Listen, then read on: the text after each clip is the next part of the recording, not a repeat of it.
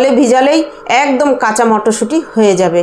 আর আমি যেহেতু কাঁচা রেখেছি, কাঁচা মটরশুঁটির যেই টেস্ট সেই টেস্টটাই আপনারা পাবেন।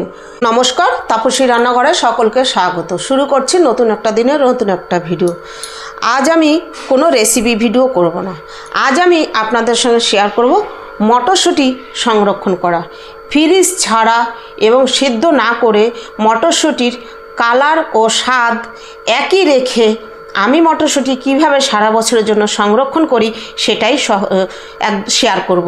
একদম সহজ উপায়, ফ্রিজ লাগবে না, মটরশুঁটি সিদ্ধও করতে হবে না।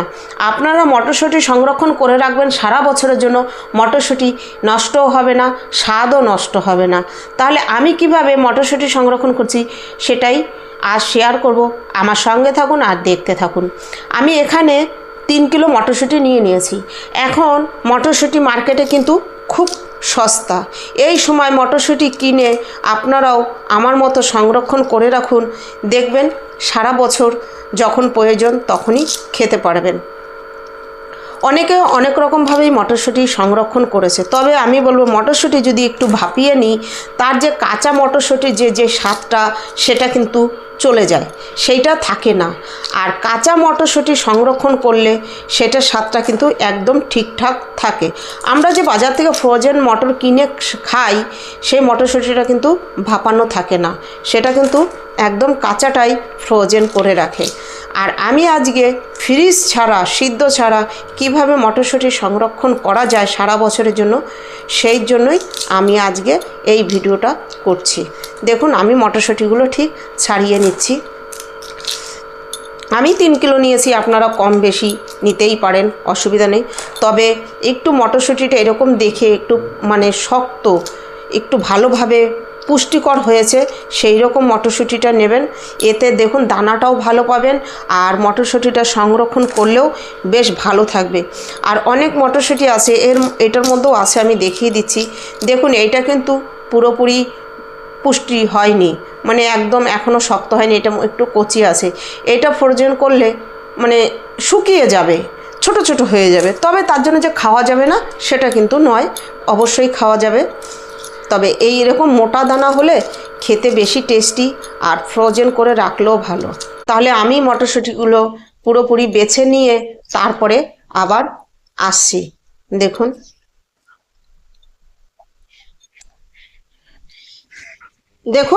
মটরশুঁটিগুলো আমি সব ছাড়িয়ে নিয়েছি। এবার এই মটরশুঁটি আমি কিন্তু ধোবো না। দেখুন মটরশুঁটিগুলো সব আমি ছাড়িয়ে নিয়েছি। পুরো 1 ঝুড়ি মটরশুঁটি হয়েছে, ছোট একটা ঝুড়ির 1 ঝুড়ি মটরশুঁটি হয়েছে। এবার এই মটরশুঁটি কিন্তু আমি ধোবো না, জলে দেবো না, এই অবস্থাতেই এবার আমি রোদে দেব। এবার আমি দেখুন একটা প্লাস্টিক পেতে নিয়েছি, এই প্লাস্টিকের মধ্যে রোদে দিয়ে দিচ্ছি। আমি রোদে দিয়ে এটা সারাদিন রোদ লাগিয়ে নেব। এবার মটরশুঁটিটা যদি আমি ধুয়ে দিতাম তাহলে এর গায়ে কিন্তু এক্সট্রা জল লাগতো, আর এক্সট্রা জল লাগলে এটা কিন্তু শুকাতে আমার একটু টাইম লাগতো। তার জন্যই আমি না ধুয়েই রোদে দিচ্ছি, কারণ আমরা যখন রান্না করব তখন তার না ধুয়ে রান্না করব না।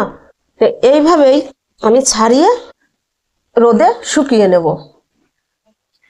আর এইভাবে শুকিয়ে মটরশুঁটি স্টোর করলে মটরশুঁটির স্বাদ আর কালার কোনোটাই কিন্তু নষ্ট হয় না, পারফেক্ট স্বাদ কিন্তু থাকে, টেস্টটা একদমই নষ্ট হবে না।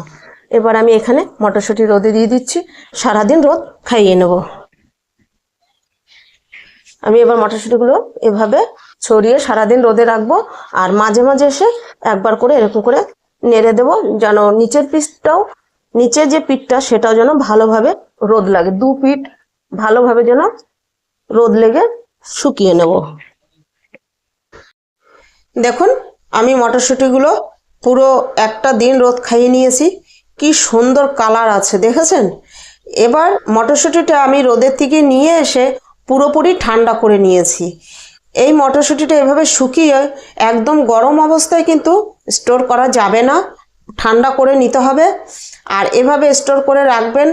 আর রান্নার সময় যেরকম রান্না করার আগে আমরা ফ্রোজেন মটরশুঁটি কিনে আনলেও আগে একটু জলে ভিজিয়ে রাখি। রান্না যখন করবেন এই ফ্রোজেন মটরশুঁটিটা রান্না করার 1 ঘন্টা আগে জলে ভিজিয়ে রাখবেন, তাহলে দেখবেন ভিজে পুরো একদম মানে টাটকা মটরশুঁটির মতো হয়ে যাবে আর খেতেও বেশি ভালো লাগবে।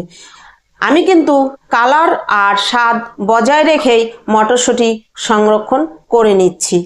তবে বললাম রোদে দিয়ে শুকিয়ে আবার পুরো ঠান্ডা করে নিতে হবে। এবার আমি এখানে থেকে সাইড করে নিচ্ছি, নিয়ে নিয়েছি আমি এরকম কাচের বয়ম। এবার কাচের বয়মে আমি স্টোর করে রাখবো।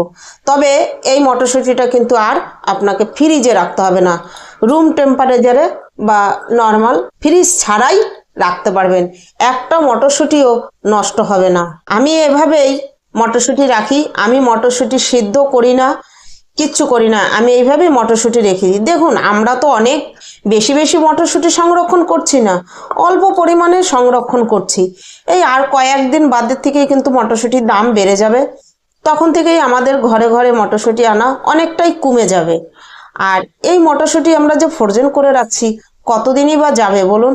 এবার দেখুন আমি একটা বয়ম ভরে নিয়েছি, এবার ঢাকনা লাগিয়ে দিচ্ছি। এভাবেই আমি রেখে দেব। তবে আপনারা আরেকটু ভালো রাখতে চাইলে আপনারা কিন্তু এই মটরশুঁটিটা মাসে একবার করে একটু রোদ দিতে পারেন। রোদ দিলেও যদি মনে করবেন রোদ দিলে শক্ত হয়ে যাবে, তাতে কিন্তু কোনো অসুবিধাই হবে না। ওই যে জলে ভিজালেই একদম কাঁচা মটরশুঁটি হয়ে যাবে। আর আমি যেহেতু কাঁচা রেখেছি, কাঁচা মটরশুঁটি যেই টেস্ট সেই টেস্টটাই আপনারা পাবেন, এক ফোঁটাও নষ্ট হচ্ছে না টেস্ট। তাহলে আমি বাকিটাও আর একটা বোতলে ভরে নিচ্ছি। দেখুন আমি একটা বড় কাচে বয়মে ভরে নিয়েছি, আর একটা আমি এটা কিন্তু নর্মাল জলের বোতল, সেটাতে ভরেছি, সেটাতে হাফ হয়েছে। তাহলে আমার এই ভিডিওটা আশা করছি আপনাদের কাছে ভালো লাগবে। আর আমার ভিডিওটা ফলো করে আপনারা ফ্রিজ ছাড়া, সিদ্ধর ঝামেলা ছাড়াই মটরশুঁটি স্টোর করুন সারা বছরের জন্য। আমি কথা দিচ্ছি বা গ্যারান্টি দিচ্ছি, একটা মটরশুঁটিও আপনাদের নষ্ট হবে না, টেস্ট নষ্ট হবে না, কালারের জায়গায় কালার থাকবে। তাহলে আমার এই ভিডিওটা ভালো লাগলে অবশ্যই লাইক, কমেন্ট, সাবস্ক্রাইব করবেন। সাবস্ক্রাইব করে পাশে থাকা বেল আইকনটি প্রেস করে নোটিফিকেশনটি অন রাখবেন। যখনই আমি এরকম নিত্য নতুন ভিডিও আপলোড করব পৌঁছে যাবে সবার আগে আপনাদের কাছে। যে সকল বন্ধুরা আমাকে সাবস্ক্রাইব করে আমার পাশে আছে তাদের জানাই অনেক অনেক ধন্যবাদ। ছোটদের অনেক ভালোবাসা, বড়দের অনেক প্রণাম। আর যে সকল বন্ধুরা আমার ভিডিও দেখছে এখনো সাবস্ক্রাইব করনি, সেই সব বন্ধুদের বলছি সাবস্ক্রাইব করে আমার পাশে থাকুন, আমাকে আরো সামনের দিনগুলো এগিয়ে যেতে সাহায্য করুন। তাহলে ভিডিওটা আজ এখানেই শেষ করছি।